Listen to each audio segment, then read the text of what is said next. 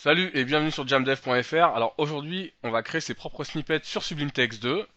Donc un snippet c'est quoi? Je vais vous montrer un exemple. On ouvre une page HTML, peu importe, hein, ou moi c'est PHP mais ça n'a pas d'importance. Donc là je tape HTML 4. Hop, et en tapant sur la touche tabulation, j'ai la structure qui apparaît. Donc en fait j'ai tapé HTML4, tabulation, et voilà j'ai la structure.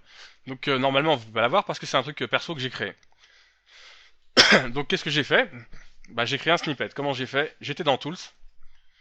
Et ici, il y a dans Tools, voilà, et ici, il y a la commande New Snippet. Donc j'ai cliqué sur New Snippet et j'ai eu l'exemple qui est apparu. Donc en fait, c'est avec, il y a un exemple par défaut, c'est avec Hello, et on voit que ça, en gros, ça va afficher Hello, this is a snippet. Donc voilà, là on voit qu'il y a du code commenté, donc on va avoir besoin d'y toucher. Donc là, c'est une explication de la première ligne. Ici, la première ligne, on va décommenter, enfin la ligne 6 là, on décommente, et on voit qu'il y a écrit Hello. Hello, c'est le message qu'on va devoir taper pour afficher notre code. Donc moi je vais appeler ça test. On peut l'appeler comme on veut, il n'y a aucun souci. Mais privilégiez plutôt les noms simples. Hein.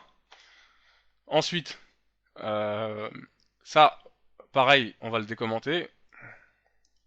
Et ça c'est l'endroit où le code devra apparaître. Donc nous en l'occurrence, si ça avait été du PHP, on aurait mis source.php, source.js, enfin voilà. Comme c'est de l'HTML et que c'est dans une page vierge, c'est un petit peu différent, ça va être text.html. Parce que le cas que je traite, c'est pour l'HTML. Donc voilà, et sinon on peut mettre plusieurs sources. Hein. On pourrait rajouter source.php, tout ça et compagnie. Donc voilà. Donc là on est à peu près bon. Donc là on fait un CTRL S pour enregistrer ça. Moi pour que ce soit plus propre, je l'installe dans le dossier package. Mais vous pouvez l'enregistrer là, mais je vais l'installer dans le dossier package. Pour vous montrer. Et là je crée un nouveau dossier que je vais appeler test. Donc moi je l'appelle test, mais en fait vous l'appelez du nom du code où vous voulez stocker.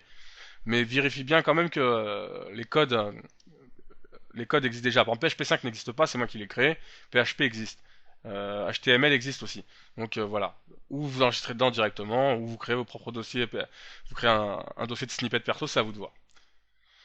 Donc voilà. Donc on enregistre, on doit le renommer. Donc je vais l'appeler test. Hein. Voilà. Donc là, normalement, si je tape test sur ma page index.php, voilà, j'ai le message. Donc là, au passage, on voit que le texte 10 est sélectionné et que si j'appuie sur tabulation, ça passe directement à snippet. Pourquoi? Bah, si vous regardez bien, vous voyez bien qu'il y a ce petit code là, dollar crochet 1, 2 points, le mot en question, et voilà, dollar 2. Ça, c'est l'ordre en fait. Donc si vous rajoutez ça après, comme ça, et que vous mettez 3,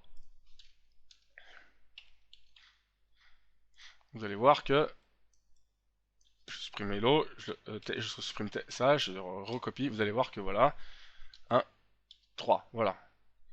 De même, si par exemple là vous mettez la même valeur, vous allez voir ce qui va se passer.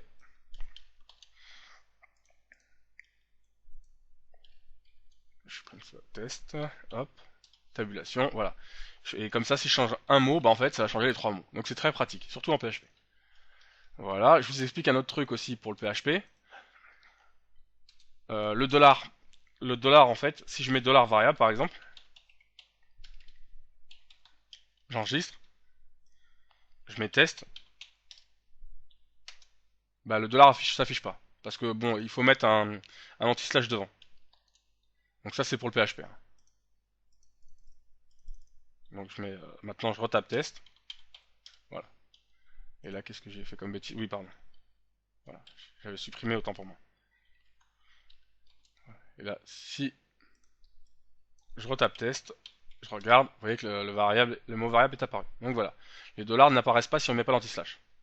Parce qu'ils sont utilisés dedans en fait pour coder. Donc voilà. Donc là je nettoie, hein, et je vais mettre une structure de HTML4. Donc qu'est-ce que je fais? Je recherche sur Google une structure. J'ai pris la première qui se présentait, hein. J'ai pris celle-là. Je vais regarder si on n'a pas une autre d'ailleurs un peu mieux parce que. Ah, voilà, celle-là par exemple. Voilà, vous prenez celle que vous voulez, hein, ça n'a pas d'importance. C'est juste pour l'exemple. Je la colle. Là, je supprime l'espace. Voilà, il y a déjà du style CSS implémenté. Voilà. J'enregistre. Et maintenant, pardon. tape page test et voilà, j'ai ma structure de HTML4. Et puis après, bah, je nettoie. Et si par exemple, bah, je dis que, je sais pas, je vais reprendre une snippet pour copier le code. Si je prends ça là, ce bloc là, par exemple, bah, par défaut, je veux que ce soit dans title. Donc là, dans mon code, hop, à la place de ça, je vais mettre ça. J'enlève 10, je remplace 10 par title. Après, par exemple, là, je pourrais mettre, je mets ça. Et là, je mets content, par exemple. Voilà, puis j'oublie pas de mettre le 2, hein, parce que sinon ça va... Voilà. Donc je supprime ça, je vous montre ce que ça donne. Je tape test, si je ne me trompe pas trompé, voilà. Donc j'ai ma page qui apparaît. Si je commence à écrire n'importe quoi là, ça passe. Et si je vais sur tabulation, je vais directement sur content et j'écris mon contenu. Donc voilà, je pense que j'ai fait le tour de la création de snippets. Je vous rappelle quand même qu'il faut avoir, il me semble, les plugins installés, hein, donc je reviens pas là-dessus parce que j'avais déjà fait un tuto. Donc voilà, écoutez, bah, j'espère que ça vous a plu et je vous dis à bientôt. Salut, ciao.